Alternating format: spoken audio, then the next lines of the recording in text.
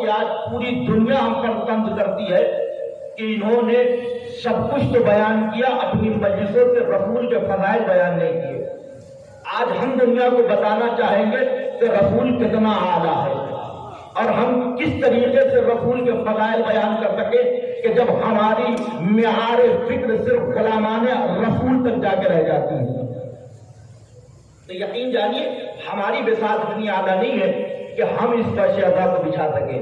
یہ تو کرم ہے اس شہزادی کا کہ جس کے لیے کوئی سبب اور ضرورت کی کوئی سبب کی یا کسی چیز کی محتاجی نہیں، وہ جو چاہے وہ ہو جائے۔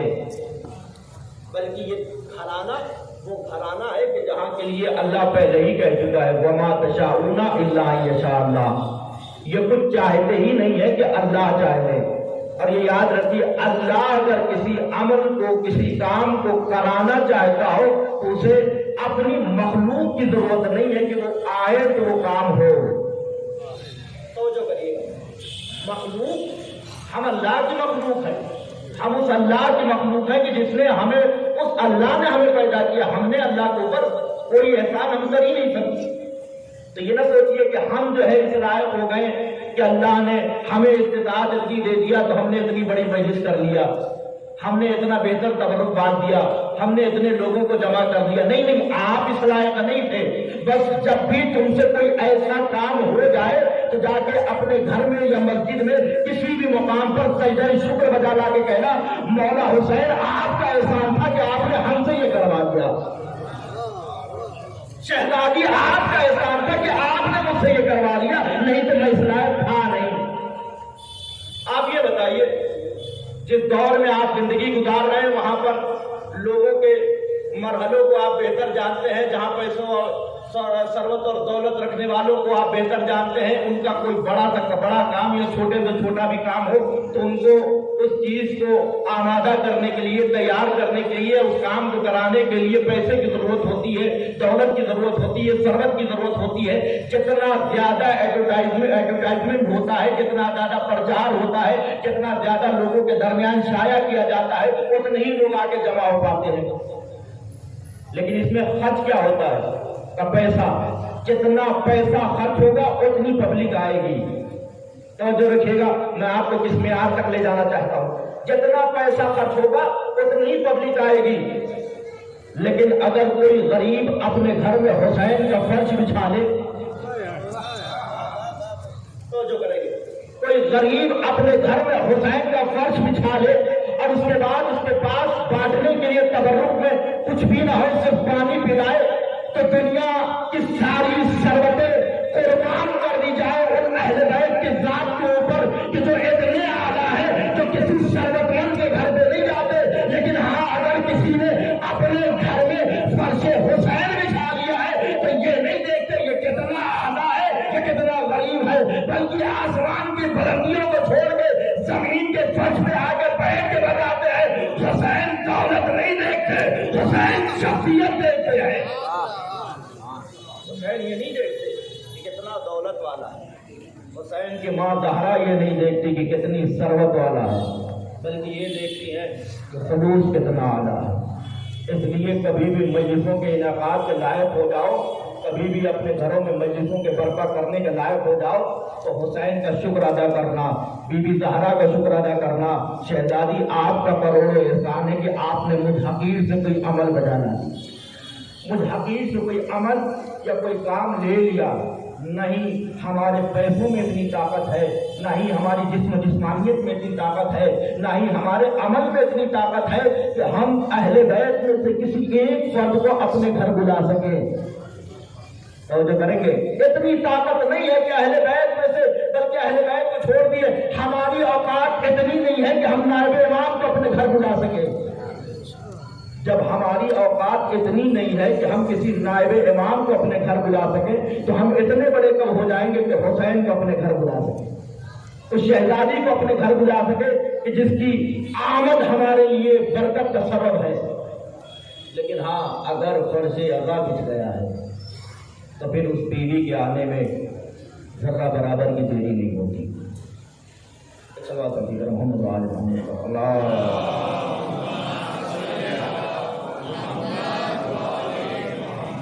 تو اس فرش پہ بیٹھنے کے لیے کبھی انتظار نہ کریں کہ ہمیں دعوت دی جائے تو ہم جا کے بیٹھیں، نہیں، بلکہ فخر سمجھ کے آ کے بیٹھیے گا۔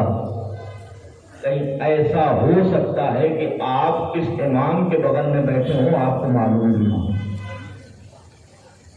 آپ کس بیوی کے بغل میں بیٹھے ہوں آپ کو معلوم بھی نہ ہو، آپ اس اعلیٰ شخصیات کے بغل میں بیٹھے ہوں کہ جس کے بغل میں بیٹھنے کے لیے فرشتے بھی جو ہے دست ادب جوڑ کے اجازت طلب کرتے ہیں۔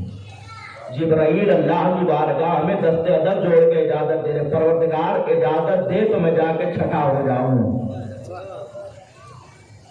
یہ مرحلہ سب سے اعلیٰ ہے، اس لیے میری گزارش اور میری یہ التجا آپ تک پہنچ رہی ہو تو ہمیشہ اس پہ عمل کریے گا کہ فرش ازا بچھا دیا جائے تو لمحے بھر کی کوتاہی نہ کریے گا، بس ذہن میں اتنا رکھیے گا کہیں ایسا نہ ہو کہ حسین کی ماں زہرا پہلے فرش پہ بیٹھ جائیں ہم بعد میں بیٹھیں۔ اس چیز کی خاص خیال رکھیے، انشاءاللہ اللہ ہم سب کو بہتر انسان بننے کی توفیق عطا فرمائے، اس لیے کہ ہم منتظر امام زمان ہیں، ہم اس مولا کے منتظر ہیں جو زہرا کا لال ہے۔ زہرا کے لال کے منتظر ہونے کے لیے سب سے پہلی شرط یہ ہے اس بیوی کے ہر عمل کا خیال کیا جائے، ہر چیز کا خیال کیا جائے کہ جو شہزادی چاہتی ہے، جناب عبداللہ حسین چاہتے ہیں۔ میرے نگاہوں کے سامنے بہت سے ایسے چہرے ہیں کہ جو لوگ میرے ساتھ زیارتوں پہ گئے ہیں، یہ کربلا معلیٰ زیارت پہ گئے ہیں، یقین سے بتائیے کیا آپ کے پیسے اس لائق تھے کہ آپ کو زیارت پہ لے جا سکتے ہوں؟ یا آپ میں سے بہت سارے ایسے لوگ ہوں گے کہ جن کے پاس کمی نہ ہوگی دولت کی، ان میں سے ہزاروں ایسے لوگ ہیں کہ جو ابھی تک کربلا کی شکل صورت تک نہیں دیکھ سکے، جبکہ آج کی اس دنیا میں لوگ یہی کہتے ہیں صاحب اگر پیسہ ہو تو کیا نہیں ہو سکتا، دولت ہو تو کیا نہیں ہو سکتی، لیکن دربار حسین میں حاضری کے لیے دولت کی شرط نہیں رکھی گئی۔ حسین جسے بلا لیں پھر اس کے لیے دولت کا مرحلہ نہیں آتا ہے، اس لیے ضرورت ہے اس بات کی کہ غور کریں، فکر کریں کہ ہم کہیں دیر نہ کریں، ہم شہزادی کی رضاعت کے لیے دیر نہ کریں۔ آئیے آپ آمادہ ہو گئے ہوں تو میں بحث کا آغاز کرتا ہوں۔ یقیناً رسالت مآب کی شب وفات ہے، دو معصومین کی شب وفات ہے، شب وفات بھی اور اس کے بعد شب شہادت بھی۔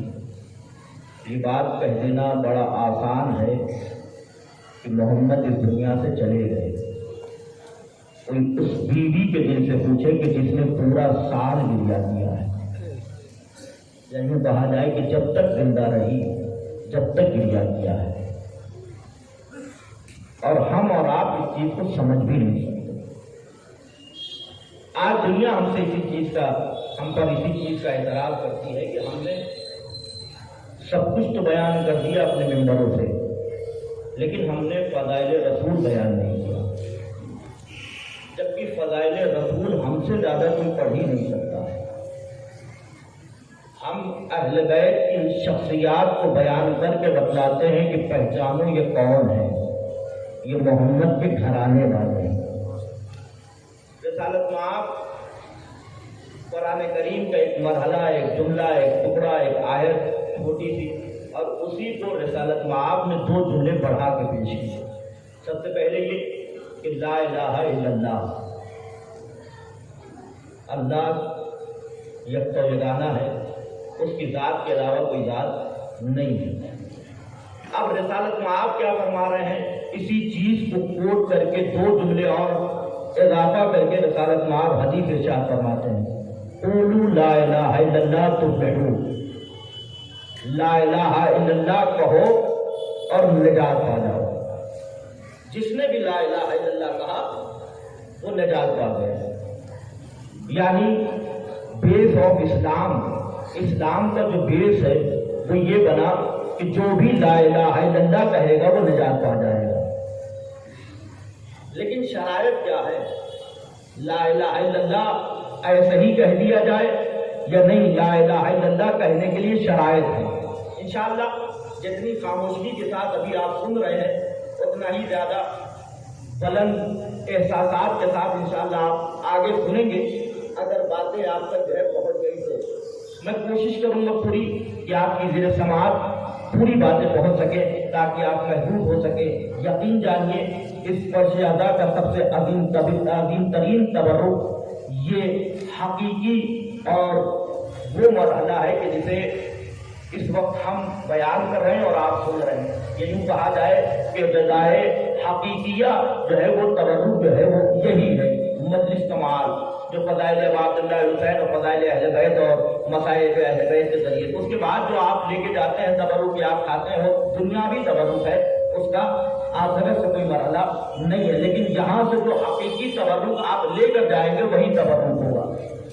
قولوا لا الہ الا اللہ تفلحوا، لا الہ الا اللہ کہو اور نجات حاصل کر لو۔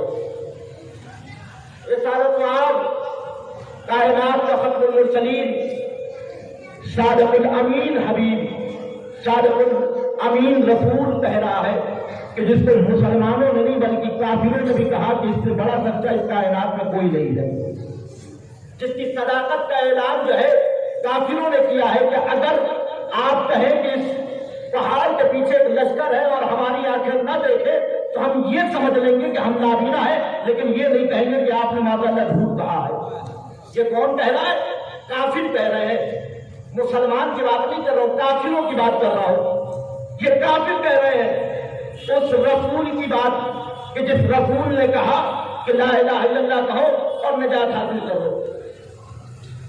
قولوا لا الہ الا اللہ تفلحوا، تمہارے لیے کامیابی کا بہترین ذریعہ کیا ہے؟ وہ لا الہ الا اللہ۔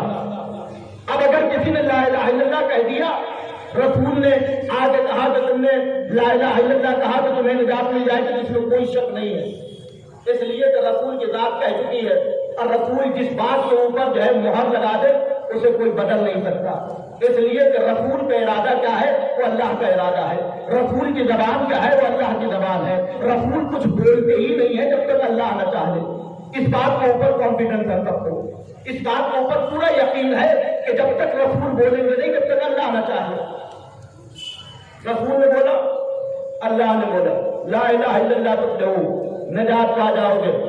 اچھا یہ یاد رکھیے، اب کسی شخص نے کسی انسان نے لا الہ الا اللہ کہہ دیا تو اس کے لیے جنت ہے کہ نہیں ہے؟ اس کے لیے جنت ہے، لیکن وہ انسان اتنا دن زندہ رہ گیا کہ اب رسول نے کہہ دیا کہ لا الہ الا اللہ کے بعد تمہیں نماز پڑھنا تم پر واجب ہے۔ نماز کیا ہے؟ تم پر فرض ہے، واجب ہے۔ اب یہ بتائیے اگر کوئی لا الہ الا اللہ کہے اور نماز نہ پڑھے تو اس کے اوپر جنت ہے؟ تھوڑا سا جو ہے ہمارا ساتھ دیجیے گا تاکہ مجھے ایسا بھی لگے کہ جو میں موضوع چھیڑ رہا ہوں آپ کو سمجھ میں آ رہا ہے۔ لا الہ الا اللہ کہنے کے بعد اگر کسی نے نماز نہیں پڑھا تو کیا وہ جنت میں چلا جائے گا؟ نہیں جا سکتا۔ کیوں؟ کہا اس لیے نہیں جا سکتا کیونکہ اللہ کے رسول کی بات اس نے مانا نہیں، اللہ کے رسول کی بات کو اس نے مانا نہیں۔ اور میں آپ کے زیر سماعت اگر جملہ کہوں کہ نہیں صاحب بغیر نماز میں جنت میں لوگ جا سکتے ہیں تو آپ کہیں گے مولانا تھوڑا سا یہاں سے اتر کے جانے کا خیال رکھیے گا۔ بہت سارے لوگ ہیں جو ان مجلسوں کو سن رہے ہیں اور وہ آپ کو پکڑ کے چھوڑیں گے نہیں، اس لیے کہ پوری دنیا جانتی ہے بغیر نمازی جنت میں نہیں جا سکتا۔ توجہ کر رہے ہیں؟ بغیر نمازی یعنی جو نماز نہ پڑھتا ہو وہ کبھی جنت میں نہیں جا سکتا۔ اور میں کہہ رہا ہوں کہ جا سکتا ہے۔ کیسے جا سکتا ہے؟ کانفیڈنس اور ایمان کے ساتھ کہہ رہا ہوں جا سکتا ہے، لیکن کیسے جا سکتا ہے؟ کہ اس کو اس وقت موت آ جائے کہ جب نماز کا حکم آیا ہی نہ تھا۔ لا الہ الا اللہ تک مرحلہ پہنچا، اب آپ کو موت آ گئی کوئی مسئلہ نہیں، اس لیے کہ ابھی تک حکم صرف یہ تھا کہ لا الہ الا اللہ کہو، نماز کا حکم نہیں آیا تھا، تم نے نماز نہیں پڑھا تو اس لیے نماز تم پر صاف نہیں تھا۔ لیکن اگر اس کے بعد تم مرے تو تمہارے اوپر فرض ہے کہ نماز پڑھو، اگر نماز نہ پڑھا تو جنت نہیں آ سکتے۔ اچھا ٹھیک ہے، یہاں تک مرحلہ آگے بڑھا اور آگے بڑھا تو کہا اب نماز کے بعد روزے کا حکم آ گیا۔ کہ اس وقت تک انسان جنت میں نہیں جائے گا جب تک روزہ نہ رکھ لے۔ اگر کوئی بغیر روزے کے جنتی بننا چاہتا ہے تو اپنے ایمان اور عقیدے کو اور اپنی اس جو ہے ارادے کو تبدیل کر دیں کہ نہیں صاحب بغیر روزہ جنت میں جا سکتے نہیں جا سکتے، اس لیے کہ روزہ پہلے ہے، رسول نے کہہ دیا ہے۔ اب اگر آپ کہیں کہ روزے کے بغیر بھی جنت میں جا سکتے تو وہی میری پہلی بات آ جائے گی کہ روزے کو حکم آنے سے پہلے مر جاتے تو تم کو روزہ نہ رکھنا پڑتا۔ تیسرا مرحلہ کا آگے بڑھے، پھر سے حکم آ گیا کا حج واجب ہے جو مستطیع ہیں، جن کے اوپر استطاعت جو پیسے والے مالدار ہیں ان کے اوپر حج واجب ہے۔ اب اگر کوئی شخص بغیر حج کیے مر گیا تو اس نے اللہ کے رسول کی بات کا جب مستطیع ہو، اگر مستطیع نہیں ہے غریب ہے تو کوئی مسئلہ ہی نہیں ہے، اگر استطاعت ہے پیسہ ہے تو روزے کے حج جو ہے اس کے اوپر واجب ہے، اور اگر نہیں کیا تو وہ نہیں جا سکتا۔ لیکن اگر حکم حج سے پہلے مر جائے تو جنت میں جا سکتا ہے۔ بات واضح ہو رہی نا؟ جنت میں کیسے جا سکتا ہے؟ کہ اس معیار میں جا سکتا ہے کہ جب تک حکم نہ آ جائے، حکم نہ آ جائے، اگر اس سے پہلے مر گیا ہے تب جنت میں جا سکتا ہے۔ اب پوری دنیا کو میں بتانا چاہتا ہوں، یہاں سے آپ کی بیدار کا میں جو ہے پورا ایگزام لوں گا اور ٹیسٹ کروں گا کہ آپ کیا سننا پسند کریں گے۔ جنت میں اس وقت تک نہیں جا سکتا جب تک حکم رسالت آپ کو بجا نہ دے، پوری طریقے سے مکمل نہ کر دے۔ لیکن اگر حکم آنے سے پہلے مر گیا تو جنت میں جا سکتا ہے۔ نماز کو حکم آنے سے پہلے مر گیا تو بغیر نماز کے جنت میں جا سکتا ہے۔ روزے کو حکم آنے سے پہلے مر گیا تو بغیر روزہ جنت میں جا سکتا ہے۔ حج کا حکم آنے سے پہلے مر گیا تو بغیر حج جنت میں جا سکتا ہے۔ یعنی بات واضح ہو گئی، جس چیز کا حکم آ جائے اگر وہ عمل نہ کیا تو تم جنت میں نہیں جا سکتے۔ اب ذرا غور کرے، اگر اللہ کے رسول کا حکم آ جائے اور اس حکم پہ عمل نہ کیا جائے تو کوئی جنت میں نہیں جا سکتا۔ تو پھر اللہ کے رسول کا حکم ہے من کنت مولاہ فہذا علی، من کنت مولاہ فہذا علی مولا۔ جب تک تم اللہ کے رسول کا یہ حکم نہیں مانو گے جب تک جنت میں نہیں جا سکتے۔ اب اگر جاؤ تو بس ایک ہی شرط ہے، حکم سے پہلے مر جاتے تو جنت میں چلے جاتے۔ سلام بھائی بہترین آواز میں محمد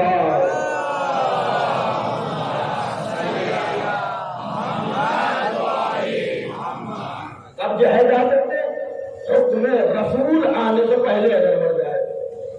اب جو بغیر غدیر جنت میں جانا چاہتا ہے اس کے لیے ضروری ہے کہ حکم غدیر سے پہلے مر چکا ہو۔ حکم غدیر آنے سے پہلے آپ اس دنیا کو چھوڑ دیے، اس لیے کہ جس نے حکم غدیر آنے کے بعد اللہ کے رسول کے اس پیغام کو پہنچانے کے بعد دنیا میں چھوڑا، اس کے لیے فرض ہے کہ وہ الحمدللہ کہے۔ اگر یہ نہ کیا تو وہ جنت میں جا نہیں سکتا۔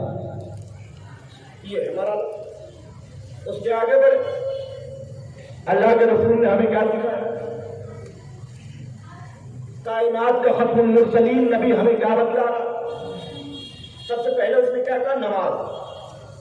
نماز آپ کو پڑھنا ہے، نماز پڑھو، نماز پڑھو۔ سب سے زیادہ اگر کسی چیز کے اوپر مسلمانوں کو سب سے زیادہ اگر کسی چیز کے لیے بتایا گیا تو اسے نماز کہتے ہیں، اس لیے کہ نماز ہر روز 5 مرتبہ، صبح، ظہر، عصر، مغرب، عشاء، 5 time in the day of one day, 5 times یعنی 5 ٹائم آپ کو نماز۔ اچھا آپ یہ سوچیں کہ نماز ہم پر فرض ہے، بتایا کس نے؟ رسول نے بتایا۔ قرآن کیا ہے؟ قرآن نے نماز ہمیں بتایا کہ نہیں بتایا؟ قرآن نے بھی ہمیں نماز بتایا۔ قرآن نے ہمیں نماز بتایا ضرور، اقیم الصلاۃ، نماز پڑھو۔ تو کیسے پڑھے صاحب؟ کوئی تو طریقہ ہونا چاہیے۔ اس لیے اللہ نے کہا ہم نے صرف قرآن نہیں بھیجا، ہم نے سامد قرآن کے ساتھ ناطق قرآن بھیجا تاکہ آپ سمجھ سکو کہ قرآن کیا کہنا چاہ رہا ہے۔ اب مجھے اس بحث میں نہیں جانا کہ جو لوگ آج اسلام کو نہ سمجھ سکے ان کی سب سے بڑا ان کے لیے جو مسئلہ ہو رہا ہے وہ یہ رہا ہے کہ ان لوگوں نے صرف قرآن کو لیا. ہمارے لیے قرآن کافی ہے. قرآن بولتا نہیں ہے, قرآن صرف آرڈر دیتا ہے, حکم دیتا ہے. اب حکم کو کیسے عمل میں لانا ہے یہ کون بتائے گا جو بات کے قرآن ہے. بات واضح ہو رہی. نماز پڑھو تو کیسے نماز پڑھو تو کون بتائے گا؟ تو محمد مصطفیٰ بتائے گا. کیسے پڑھے گا؟ صبح کی 2 رکعت پڑھو. تو بلند آواز میں پڑھے یا سلو آواز میں پڑھے گا؟ بلند آواز میں پڑھو. کون بتا رہا؟ رسول خدا بتا رہے. ظہر میں پڑھو 4 رکعت پڑھو. کیسے پڑھو؟ 2 رکعت بلند آواز میں پڑھو, 2 رکعت سلو آواز میں پڑھو. کون بتا رہا؟ رسول اللہ بتا رہے. عصر کی نماز پڑھو 4 رکعت پڑھو. کون بتا رہا؟ رسول خدا بتا رہے. سب کچھ رسول خدا بتا کے گئے. 23 سال تک رسول نے ہمیں سب سے زیادہ اگر کوئی چیز سکھائی تو اسے نماز کرتے ہیں. 23 سال تک رسول نے ہمیں کوئی سب سے زیادہ شے بتائی تو نماز بتائی. نماز پڑھو, نماز پڑھو. اب یہ بتائیے کہ آج پوری دنیا کے مسلمان کے نماز پڑھنے کا طریقہ ایک ہے یا الگ ہے؟ تھوڑا سا جان جائیے تاکہ میں بھی یہ سمجھ سکوں کہ جس موضوع کو میں لے کے چل رہا ہوں وہ آپ کے ذہن سماج ہے بہتر طریقے سے پہنچ رہا ہے. سب سے زیادہ بتائی جانے والی عبادت کا نام نماز ہے. یہ بتائیے کہ نماز سب ایک طریقے سے پڑھتے ہیں؟ نہیں صاحب. کوئی کسی طریقے سے پڑھتا ہے, کوئی ہاتھ باندھ کے پڑھتا ہے, کوئی یہاں رکھ کے پڑھتا ہے, کوئی یہاں رکھ کے. کہاں صحیح بات. لیکن اگر آپ کسی سے پوچھ لیجیے کہ تمہاری نماز صحیح ہے ان کی نماز صحیح, تو سب یہی کہیں گے نہیں ہماری صحیح ان کی صحیح نہیں ہے. ہماری صحیح ہے ان کی نہیں صحیح ہے. بتانے والا کون؟ کیا رسول. بتایا جس کو کہ امت مسلمان کو, لیکن بتانے کے بعد فرق کہاں سے آ گیا؟ کیسے آ گیا فرق؟ ایسا تو ہے نہیں صاحب کہ رسول نے صبح میں ہاتھ کھول کے پڑھی تو ظہر میں باندھ کے پڑھی, اثر میں کھول دیا تو پھر مغرب میں باندھ لیا. رسول نے اگر پڑھا ہے تو طریقہ تو ایک ہی ہوگا. پھر یہ الگ الگ طریقے آئے کہاں سے؟ اب آپ کے سامنے مثال پیش کرنے جا رہا ہوں اور یقین جانیے کوشش کر رہا ہوں کہ بات واضح ہو جائے. اب اگر نہ واضح ہو پائے تو پھر بھی بتا دیجیے گا, میں اور کوشش کروں گا تاکہ یہاں سے آپ کچھ نہ کچھ لے کر جائیں. نماز بتانے والا کون کا؟ اللہ کا رسول. بتایا کتنا کا؟ 23 سال تک نماز پڑھ کے بتایا. لیکن آج مسلمانوں کے درمیان فرق ہے. 5 طریقے سے نماز پڑھی جاتی ہے. 5 طریقے سے نماز پڑھی جاتی ہے. یہ فرق کیوں آیا؟ کہاں سے آیا فرق؟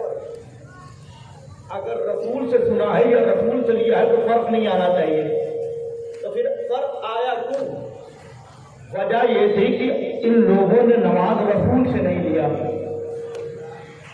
نہیں, تھوڑا سا ہمارا نماز رسول سے نہیں لی.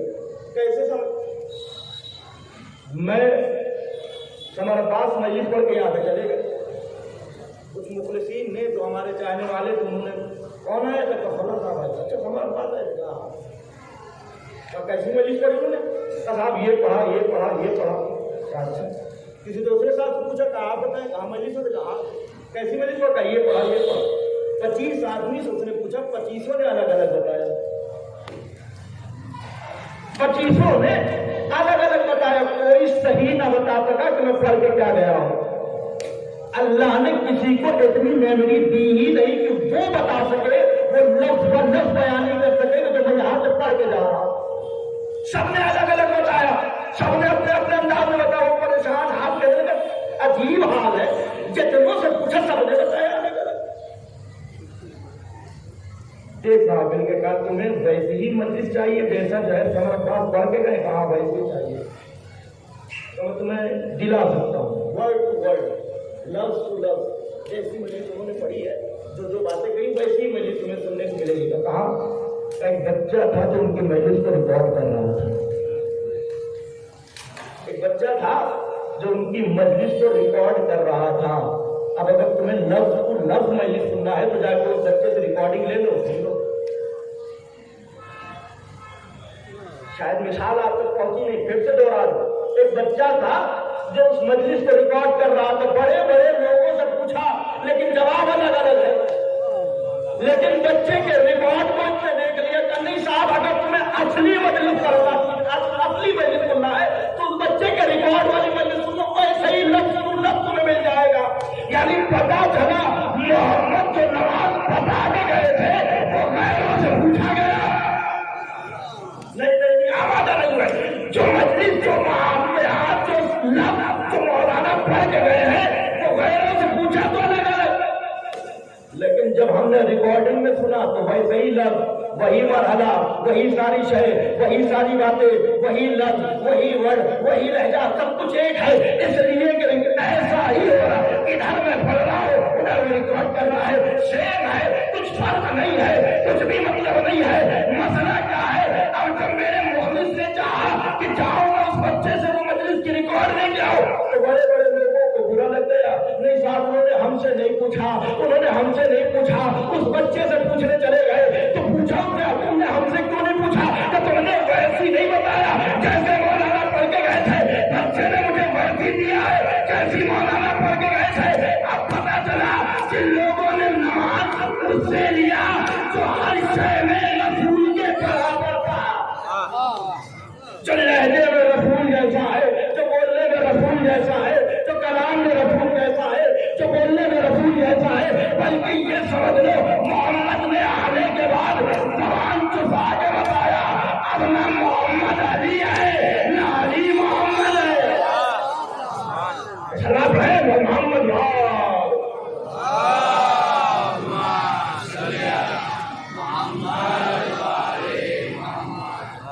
کوئی فرق نہیں ہے.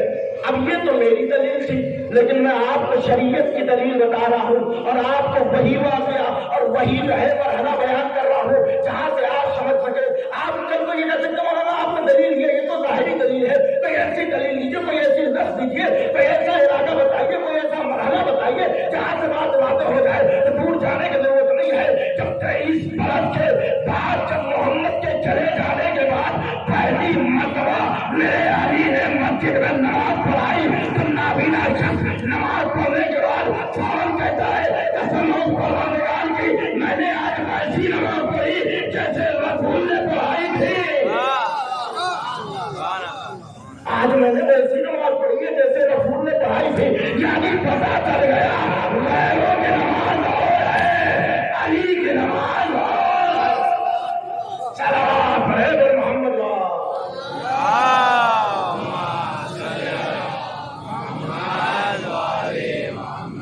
غیر جب نماز بتائے تو اور مرحلہ ہوتا ہے لیکن اگر علی جب نماز بتا دے تو پھر فرق نہیں آیا کرتا. اب آپ کی بہترین سماعتوں کے حوالے سے میں کر رہا ہوں کوشش کریے گا کہ یہ ضائع نہ جانے پائے. اللہ اکبر. آج مرحلہ کس اور کس جو ہے بیس پہ ٹکا ہوا تھا نماز کا. نماز اگر نہیں پڑھا تو آپ نہیں جا سکتے. یہ بتائیے اللہ کے رسول نے نماز کتنے سال تک لوگوں کو بتایا؟ 23 سال تک اللہ کے رسول نے نماز ایک نوجوان کے آخری فرد تک جملہ پیش کر رہا ہوں ضائع نہ جانے دیجیے گا. تاریخ میں لکھا 23 سال تک محمد نے نماز بتائی لیکن آج کا مسلمان 23 سال بتائی جانے والی نماز کو بھول گیا. کوئی ایسے پڑھتا کوئی کیسے پڑھتا. آج 23 سال بتائی گئی نماز کو لوگ بھول گئے. ایک دن کے غدیر کو کیا یاد رکھیں گے. ایک دن کے غدیر ایک دن اللہ کے رسول نے ہاتھ دھو کے بلند کر کے کہا من کنت مولا ہے نماز کو بھول گئے. یہ تو ایک دن کا مرحلہ تھا. 23 سال میں لوگوں نے نمازوں کو ایسا کیا کہ آج نماز پڑھنے کا طریقہ ہی بدل گیا. صاحب سب کا اپنا اپنا ہے سب کا اپنا اپنا ہے. کیوں؟ اس لیے کہ لوگوں نے نماز الگ الگ درس لیا. نماز اگر صاحب شریعت سے لیا ہوتا تو نماز بدلتی نہیں.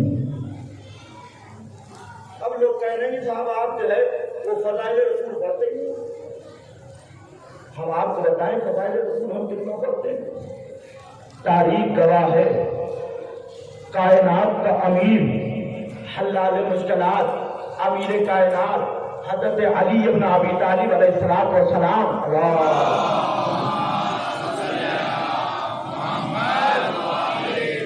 جب امیر المومنین سے سوال کیا گیا علی یہ بتائیے آپ محمد کے کتنا قریب ہے؟ تو میرا کروڑوں سلام اس جملے کے اوپر جو میرے مولا نے ارشاد فرمایا، میرا مولا ارشاد فرماتا انا عبید من عبد محمد، میں محمد کے غلاموں میں سے غلام ہوں۔ یہ کون کہہ رہا ہے؟ کائنات کا امیر کہہ رہا ہے۔ اب دنیا ابھی بھی ہم سے پوچھنا چاہتی ہے یہ بتاؤ کہ محمد کی شان کیا ہے؟ بس اتنا سمجھ لینا ہمارا سارا علم سمجھ جائے اور سمجھ کے ایک جگہ سے بولے تو ہم علی کی ساری فضیلتوں کو بیان نہیں کر سکتے، تو جب ہم محمد کے غلام کی فضیلت بیان نہیں کر سکتے تو آج میں آپ کو بیان کریں گے؟ غلام محمد کو اگر ہم پوری طریقے سے کلی طور پر نہیں بیان کر پا رہے ہیں تو اس نبی کی فضیلت کو کیا بیان کریں گے کہ جس کا غلام ایسا ہو؟ کروڑوں سلام اس ذات کے اوپر کہ جسے اللہ نے علی مرتضی بنایا، جس کی ذات کے اوپر کروڑوں سلام، جس کے زبان کو اپنی زبان کہا، جس کے ہاتھ کو اپنا ہاتھ کہا، جس کے سینے کو اپنا سینہ کہا، جس کی نگاہوں کو اپنی نگاہ کہا، ہر شے بیان کر دیا۔ اور اس کے بعد اللہ کہتا ہے یاد رکھنا یہ ہاتھ میرا ہاتھ ہے، یہ زبان میری زبان ہے، یہ سینہ میرا سینہ ہے، یہ آنکھیں میری آنکھیں ہیں۔ اب جو کچھ بھی علی عمل کرے وہ علی کا کیا ہوا نہیں ہے، اللہ کا کیا ہوا ہے۔ ہم دنیا کو بتلانا چاہتے ہیں ہمارا دین وہاں سے ہے جہاں اللہ کی زبان بولتی ہے اور اللہ کا جسم عمل کرتا ہوگا۔ ہم نے اس جگہ سے لیا ہے دین کہ جہاں پر ہر شے اللہ کی طرف سے، جہاں کا بیٹھنا، جہاں کا اٹھنا، جہاں کا ہر شے اللہ نے اپنی طرف سے رکھا، یہ کچھ کرتے ہی نہیں۔ وَمَا تَشَاءُونَ إِلَّا أَن يَشَاءَ اللَّهُ، ان کا ارادہ اللہ کا ارادہ ہے۔ اب میں آج کے دن سماج جملہ کروں، حقیقت کیا ہے؟ اگر یہ سب کچھ ہو چکا ہے تو یہ اتنے فرقے بنے کیوں؟ کیا وجہ بنی؟ جب ہماری نماز ایک، ہمارا رکوع ایک، ہماری کتاب ایک، ہمارا قبلہ ایک، تو یہ پھر یہ اتنے فرقے بنے کیوں؟ اللہ نے رسولوں کے ساتھ امت کو بلانے کے لیے نہیں کہا، اللہ نے یہ نہیں کہا کہ ہم رسولوں کے ساتھ ان کی امتوں کو اٹھائیں گے، نہیں، اللہ نے کہا ہم اماموں کے ساتھ ان کی امت کو اٹھائیں گے۔ اب اگر امام بہتر ہوگا تو امت بہتر ہوگی، اگر امام صحیح ہوگا تو امت صحیح ہوگی، اور اگر امام ہی صحیح نہ ہو تو امت کبھی صحیح نہیں ہو سکتی۔ رسول ہر شے پہنچانے کے بعد بھی، اور اس میں کوئی شک نہیں ہے اللہ کے رسول نے ہر شے پہنچایا۔ اگر نہ یاد ہو تو قرآن جا کے دیکھو، قرآن چیخ مار کے کہتا ہے، پکار کے کہتا ہے کہ ہم نے دین کو مکمل کر دیا، اکملت لکم دینکم، ہم نے دین کو مکمل کر دیا۔ تب کہا کہ جب رسول نے 18 غدیر کو علی کو مولا بنا دیا۔ اب اس کے لیے کوئی اور دلیل دینے کی ضرورت نہیں ہے کہ اللہ کے رسول نے سب کچھ پہنچا دیا، تو پھر اتنی گڑبڑی، اتنی ساری جو ہے پریشانیاں آئی کہاں سے؟ اس کا مطلب ہے کہ امام صحیح نہیں۔ کوئی امام اگر صحیح ہوتا تو پریشانی آتی نہیں، امام اگر صحیح ہوتا تو مرحلے اس طریقے سے خراب ہوتے ہی نہیں۔ امام، اور میں یہ اپنی طرف سے نہیں کہہ رہا ہوں اس لیے کہ میں شیعہ ہوں، عالم ہوں اس لیے کہہ رہا ہوں، نہیں صاحب، قرآن اس چیز کے لیے گواہ ہے۔ آپ نے جناب موسیٰ کا نام سنا ہوگا، 1000 مرتبہ سنا ہوگا، جناب موسیٰ کے ساتھ چلنے والی قوموں کا تذکرہ بھی سنا ہوگا، 1000 مرتبہ سنا ہوگا۔ ہم یہ دیکھنا چاہتے ہیں کہ امام اگر بہتر ہو تو قوم کا عالم کیا ہوتا ہے، اور اگر امام بہتر نہ ہو تو قوم کا عالم کیا ہوتا ہے۔ کہ جب جناب موسیٰ نے اپنی قوم کو یہ کہا کہ تمہیں یہاں جو ہے یہ مقام، یہ جگہ چھوڑنی پڑے گی تبھی تم نجات پا سکتے ہو، ٹھیک ہے۔ امام نے کہا نکل گئے، اور نکلے تو آئے کہاں کا؟ دریائے نیل پر۔ جیسے ہی دیکھا کہ دریائے نیل ہے، تاریخ کے جملے ہیں، قرآن کی لفظی اور قرآن کا جو ہے حرف ہے جو بیان کر رہا ہے کہ آپس میں جھگڑنے لگے۔ کہاں لا کے بتا دیا، کہاں لا کے ہمیں جو ہے ڈال دیا، ایک طرف موت اور دوسری طرف فرعون کا لشکر۔ اگر ادھر جائے تو بھی مرے، ادھر جائے تو بھی مرے، کیا کرے؟ جناب موسیٰ نے اللہ کی طرف پروردگار کیا کرے، اس لیے کہ تیری رضا کے علاوہ تو کچھ ہے نہیں، تو اگر کچھ کہے تو یہاں کچھ مرحلہ آگے بڑھے، ہم اسے گھبراؤ نہیں، آسا مارو راستہ بن جائے گا۔ مجھے واقعہ نہیں سنانا، صرف آپ کو محاذن دینا ہے، آسا مارو راستہ بن جائے گا۔ تاریخ میں لکھا کہ جناب موسیٰ نے آسا مارا، راستہ بن گیا۔ اب جب راستہ بن گیا تو قوم گزرنے لگی، لیکن تاریخ نے یہی رخ کے سارے مرحلوں کو بیان نہیں کیا، بلکہ تھوڑی دیر کے لیے اور کچھ باتیں بیان کیا۔ کہ جناب موسیٰ کے ساتھ قوم کی عدد جو تھی وہ 12 تھی، 12 قومیں جناب موسیٰ کے ساتھ تھی، جو جناب موسیٰ کے پیچھے پیچھے چل رہی تھی۔ جناب موسیٰ ان ساری قوم کو ریپرزینٹ کر رہے تھے، جناب موسیٰ ان ساری قوم کو لے کے آگے بڑھ رہے تھے۔ تاریخ نے لکھا کہ جناب موسیٰ نے جب ایک راستہ بنایا تو قوم نے پلٹ کے کہا کہ نہیں ہم ایسے نہیں جائیں گے، کہ ایسے جاؤ گے تو ہم قوم 12 ہے تو راستے بھی 12 ہونے چاہیے۔ پھر جو ہے ہمارا راستہ بن گیا، 12 کے 12 قوم گزرنے لگی، جناب موسیٰ آگے، لیکن گزرنے سے پہلے پھر روک دیا کہ نہیں نبی اللہ ایک کام اور کرنا ہے۔ اور کیا کرنا ہے؟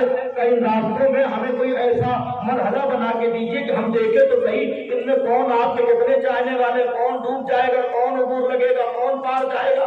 تو پھر کیا کریں کہ ان میں روشن دان بنائیے، کھڑکیاں بنائیے، ہم دیکھ تو سکے ایک دوسرے کو۔ جناب موسیٰ نے وہ بھی کر دیا، حتیٰ کہ قوم پار چلی گئی۔ لیکن آپ نے دیکھا نبی سے کتنے سارے مرحلے ہوئے، جھگڑا بھی کیا، ہر شے منوائی۔ اس کا مطلب ہے ضروری نہیں ہے کہ امام اچھا ہو تو قوم بھی اچھی ہی ہوگی۔ میں اس مرحلے کو آپ کو پہنچانا چاہ رہا ہوں، ضروری نہیں ہے کہ امام اگر صحیح ہے تو قوم سب کے سب صحیح ہو۔ کچھ ایسے نافہم لوگ بھی ہوا کرتے ہیں جو نبی کے پہلو میں بیٹھ کے بھی سمجھ نہیں پاتے ہیں۔ کچھ ایسے لوگ ہوتے ہیں جو نبی کے پہلو میں بیٹھ کے بھی ویسے کے ویسے ہی رہ جاتے ہیں۔ اگر یقین نہ ہو تو میں آپ کے میرے سماعت روایت نظر کروں، اگر آپ سو نہ رہے اس طرح آپ پڑھیے محمد آج محمد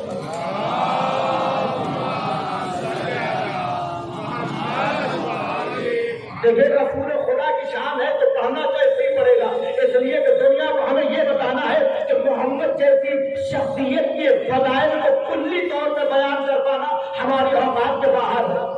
ہم اتنی اعلیٰ ترین ہستی کو اتنے کم وقت میں بیان نہیں کر سکتے۔ تاریخ نے لکھا محمد کے پہلو میں بیٹھنے والے، نبی کے پہلو میں بیٹھنے والے ضروری نہیں ہے کہ سب اچھے ہو جائے۔ تاریخ نے لکھا کہ بنی اسرائیل کے زمانے میں 2 بھائی تھے، دونوں جو ہے نبی تھے، ایک کا نام تھا عزیر، ایک کا نام تھا عزیرہ۔ اور یہ تاریخ کے ہی مرحلے نہیں، اور قرآن نے بھی اس چیز کو ظاہر کیا۔ دونوں بھائی ایک دوسرے کے سین و سال میں برابر تھے، یا بعض روایتیں بتاتی 5 سال چھوٹے اور 5 سال بڑے تھے، بہرحال جو بھی ہو، لیکن مرے ایک ہی دن، لیکن دونوں کی ایج میں 100 سال کا ڈفرنس تھا۔ کتنا؟ 100 سال۔ آئے ایک دن، گئے ایک دن، لیکن جب دونوں گئے تو دونوں کے جو ہے موت میں، حیات و موت کے درمیان کا جو فاصلہ تھا وہ 100 سال کا تھا۔ وجہ کیا ہوئی تھی؟ کیوں ایسا ہو گیا؟ کہا قرآن نے اس چیز کو کوڈ کیا ہے، قرآن اس چیز کو بیان کرتا ہے۔ قرآن فرماتا ہے کہ جب اللہ کے نبی نے جناب عزیر نے کہا کہ صاحب ہمیں آج جو ہے اس چیز کا خبر کرنا ہے کہ ہمارے ایمان اور عقیدے میں زیادتی ہو، ہم اللہ سے پوچھنا چاہتے پروردگار کو اپنے مردوں کو زندہ کیسے کرتا بتا تو صحیح۔ کہا ٹھیک ہے آ جاؤ۔ گئے اور جانے کے بعد تاریخ نے لکھا کہ ایک قبر تھی، وہاں قریب پہنچے، جناب عزیر سے اللہ نے کہا سو جاؤ یار۔ جناب عزیر سو گئے، ساتھ میں ان کا گدھا بھی تھا، کچھ سر و سامان بھی تھے، رکھا سب، اور سو گئے۔ سو کے اٹھے تو اللہ نے سوال کیا، اور یہ ساری باتیں قرآن میں موجود ہیں، کتنا سوئے؟ انہوں نے کہا شاید 1 2 دن یا 3 دن، اس سے زیادہ نہیں۔ کہ نہیں تم 100 سال کے بعد اٹھ رہے ہو۔ توجہ کریے گا، میں یقیناً اب چاہ رہا ہوں کہ آپ بیدار ہو جائیں۔ 100 سال کے بعد اٹھے، کہ دیکھو اپنے گدھے کی طرف، کیا دیکھا کہ گدھا جو ہے وہ مٹی میں مل چکا تھا، کھانا بالکل ختم ہو چکا تھا، وہ بھی تم چاہتے ہو کہ ہم اسے اٹھائیں؟ کہاں پروردگار، اسی لیے تیرا ہمارا مرحلہ طے کیا۔ ہوا کیا، اللہ نے ارادہ کیا، وہ خاک ہڈیاں بنی، گوشت بنا، گوشت بنا، اور وہ گدھا پھر سے زندہ ہو گیا۔ مجھے نہیں معلوم آپ کہاں تک جائیں گے، میں اس مثال کے ذریعے ہی سب کچھ سمجھا چکا، لیکن آپ سننے پہ آمادہ ہے تو میں آپ کی دیر سماعت کر دوں۔ 100 سال تک نبی کے پہلو میں سونے والا گدھا جب اٹھا تو گدھا ہی رہا۔ شاید سو رہے آپ، 100 سال تک نبی کے پہلو میں سونے والا گدھا جب اٹھا تو گدھا ہی رہا۔ یعنی مطلب یہ ہے کہ نبی کے پہلو میں سو جانے سے کسی کی اوقات بدلتی نہیں ہے، کسی کی اوقات بدلتی نہیں ہے۔ اب اللہ چاہے نبی کے پہلو میں سو جائے، جب بھی اٹھایا جائے گا ویسا کہ ویسا ہی رہے گا۔ اب چاہے دنیا سمجھے یا نہ سمجھے، ہم بتانا چاہتے ہیں نبی کے پہلو میں رہنے کا اتنا نہیں ہے جتنا نبی کے دل میں رہنے کا ہے۔ سلوات ہے محمد۔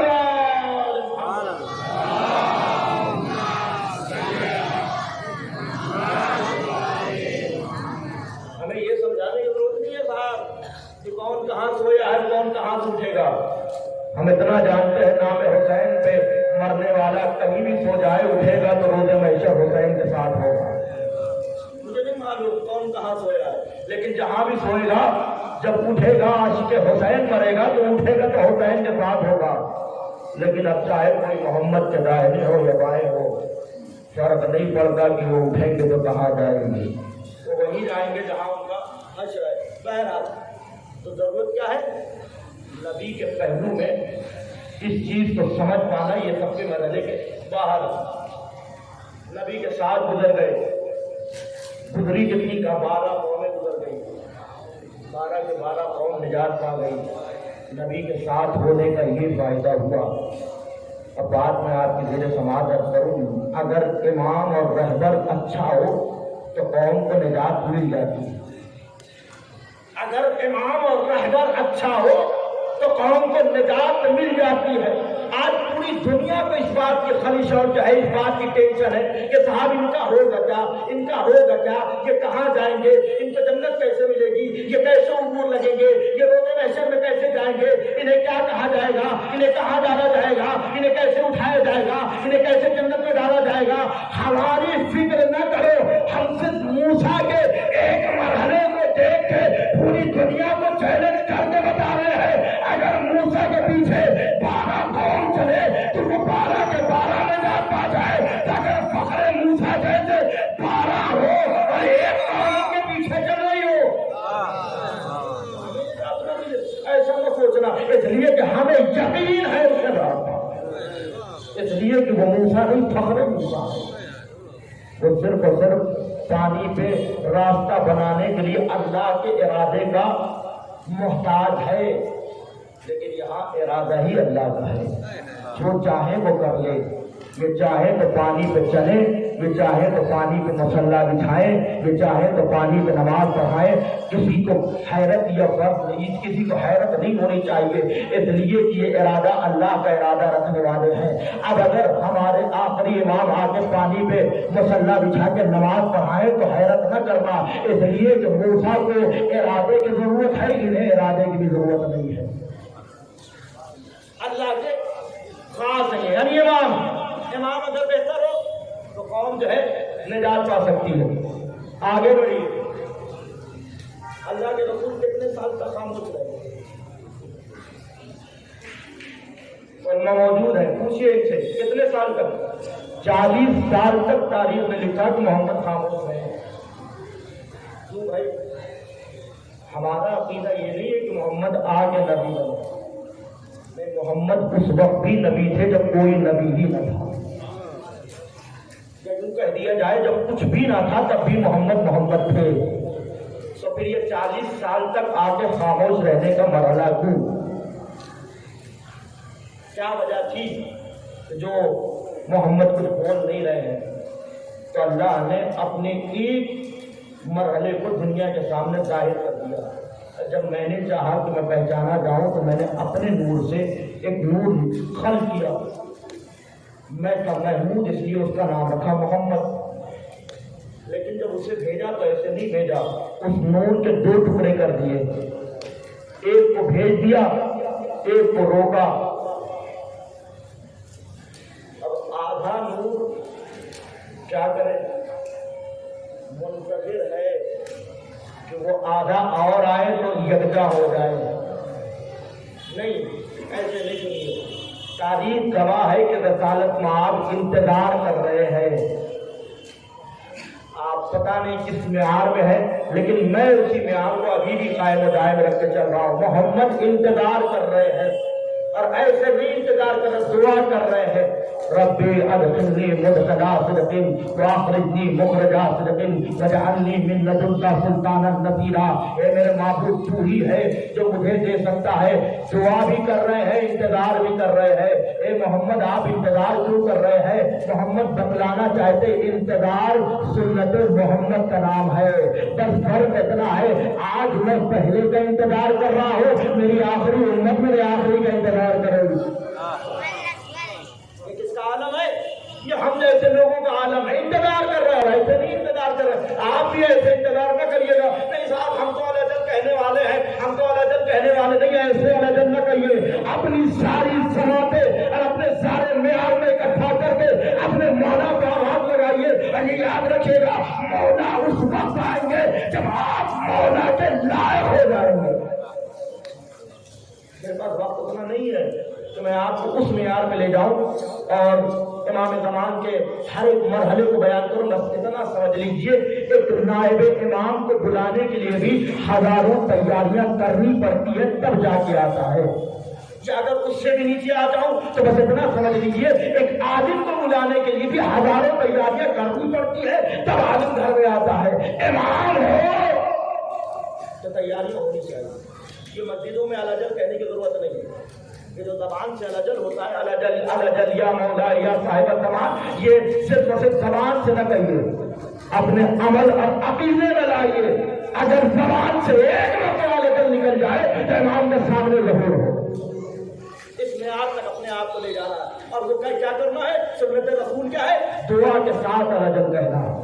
اپنے مولا کو اس طریقے سے دعوت دیجیے کہ مولا ہم آمادہ ہیں، اگر ابھی آپ آ جائیں اور کہیں کہ الاجل لبیک کہو تو ہمارے لبیک، آپ کے لبیک کہنے کے بعد لمحہ نہ لگے ہم آپ کے سامنے کھڑے ہوں۔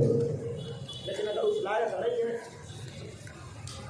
یقین جانیے معیار وہ ہے نہیں، اور مجلس ابھی کسی اور مرحلے پہ چل رہی ہے۔ نہیں تو میں آپ کے زیر سماعت ایک واقعہ اس چیز کو یہی روک کے کرنا چاہتا ہوں، مولا کی بات آ گئی ہے، تاکہ آپ جو ہے انشاءاللہ اگر یہاں خاموش رہ جائیں تو چلے گا، لیکن بستروں پہ جب جائیں گے تو مرتبہ ضرور سوچیں گے۔ ایک عالم کا، ایران کے رہنے والے، انہوں نے خواب دیکھا تھا، بات آ گئی تو عرض کر رہا ہوں، اور انشاءاللہ کیونکہ مولا امام زمان کا مرحلہ ہے، ہمارے لیے سب سے ضروری شے کا نام ہے اپنے مولا کے لیے آمادہ رہنا۔ یہ مجلس سے ہم کیوں کر رہے ہیں؟ یہ کسے پرسہ دیا جا رہا ہے؟ یہ اس وقت کے بیٹے کو پرسہ دیا جا رہا ہے جو آج بھی زندہ ہے۔ آج اتنا بڑا مجمع کیوں آیا ہے؟ اس امام کو پرسہ دینے کے لیے جو آج بھی پردہ غیب سے دیکھ رہا ہے۔ اور یاد رکھیے گا، اگر اس کی نگاہ کرم لمحے بھر کے لیے ہٹ جائے تو تم میں سے کوئی بھی باقی نہیں رہے گا۔ ایک لمحے کے لیے اگر اس کی نگاہ کرم ہٹ جائے تو کوئی باقی نہیں رہے گا۔ عالم نے خواب دیکھو، میں آپ کی صفات کے اوپر دیکھ دوں گا، آپ کی میرے سوال کر رہا ہوں۔ خواب میں دیکھا کہ ایک نوجوان ہے، اپنے گھر میں ہے، سو رہا ہے، صبح کا وقت ہے، اٹھا نماز پڑھا، اتنے میں کیا دیکھا کہ گھر کے دروازے پہ کسی نے دق الباب کیا، کسی نے بیل بجائی۔ بڑی آسانی سے میں پیش کر دے رہا ہوں، لیکن یقین جانیے اگر کلیجے میں ذرا بھی محبت امام زمان ہے تو آپ اس چیز کو جو ہے مطمئن انداز میں سن نہیں پائیں گے، بے چین ہو جائیں گے۔ تاریخ میں لکھا کہ جب وہ دق الباب ہوا تو وہ گھر کے دروازے کی طرف دوڑا تو اس نے کیا دیکھا کہ کوئی شخص ہے کہ جو دروازے کے باہر کھڑا ہوا۔ جیسے ہی اس نے دیکھا، پوچھا آپ کون؟ تو آنے والے نے فوراً جواب دیا، میں سید مہدی ہوں۔ اب جیسے ہی اس نے اپنے مولا کا نام سنا